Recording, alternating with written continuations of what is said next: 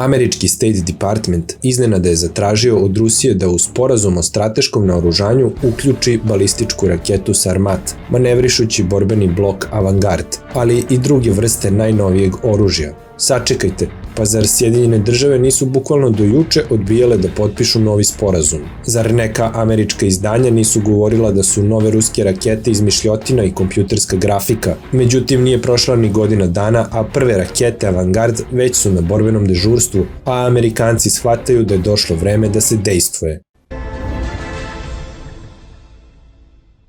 Hajde prvo da utvrdimo kako su Amerikanci u slučaju rata planirali da odbiju ruski nuklearni udar. Oko 70% svih lansiranih interkontinentalnih balističkih raketa treba da presretnu još u fazi poletanja, u fazi kada su rakete spore, predvidive, bez manevarskih mogućnosti, dok ne izbacuju lažne mamce i van su njihovih zona protivvazdušne odbrane. Zbog ovog Amerikanci svoje elemente protivraketne odbrane sve više približavaju ruskim granicama.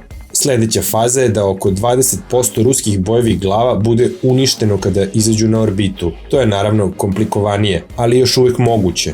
U poslednjoj fazi, kada bojeve glave uđu u atmosferu i brzinom od 11 maha lete prema cilju, njih mogu da presreću samo protiv rakete. U ovoj fazi efikasnost presretanja, čak i u idealnim uslovima testiranja, iznosi 42%. Ali šta da se radi? Teorijski, američka protivraketna odbrana mora efikasnost ruskog nuklearnog udara da smanji na prihvatljiv nivo. Međutim, Rusi to žele da izbegnu, pa su zato smislili balističku raketu RS-28 Sarmat, koja ima manevrišući bojevi blok Avangard.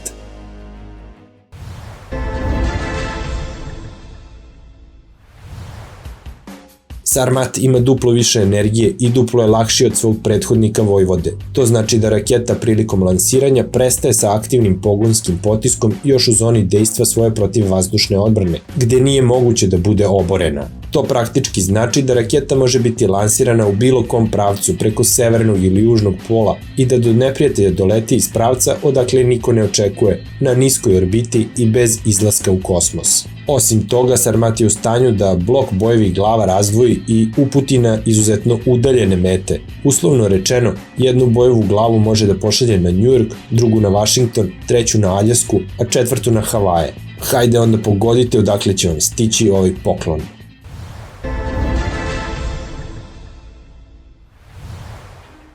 Za američku protivraketnu odbranu stvar se komplikuje i time što Sarmat umesto pasivne bojeve glave ima hiperzvučni manevrišući blok Avangard koji razvija brzinu do 27 maha, što je 1,5 put brže od obične balističke bojeve glave. Uz to on stalno manevriše i tako protivraketnoj odbrani neprijatelja pravi dodatnu zbrku u glavi. Ako su ranije Amerikanci planirali da ruske rakete obaraju takozvanim konusom udarnih Kellera, oni su sad potpuno beskorisni protiv naših najnovijih rešenja, pošto bojeva glava kroz njih prolazi kao kroz sir. Amerikancima je jedini izlaz da njihova protivraketa pogodi rusku bojevu glavu, što je praktički nemoguće jer ne znaju tačne parametre njenog kretanja. Eksperti smatraju da trenutno, ali i u narednih 15 godina, Amerikanci neće moći da presreću Sarmat i Avangard.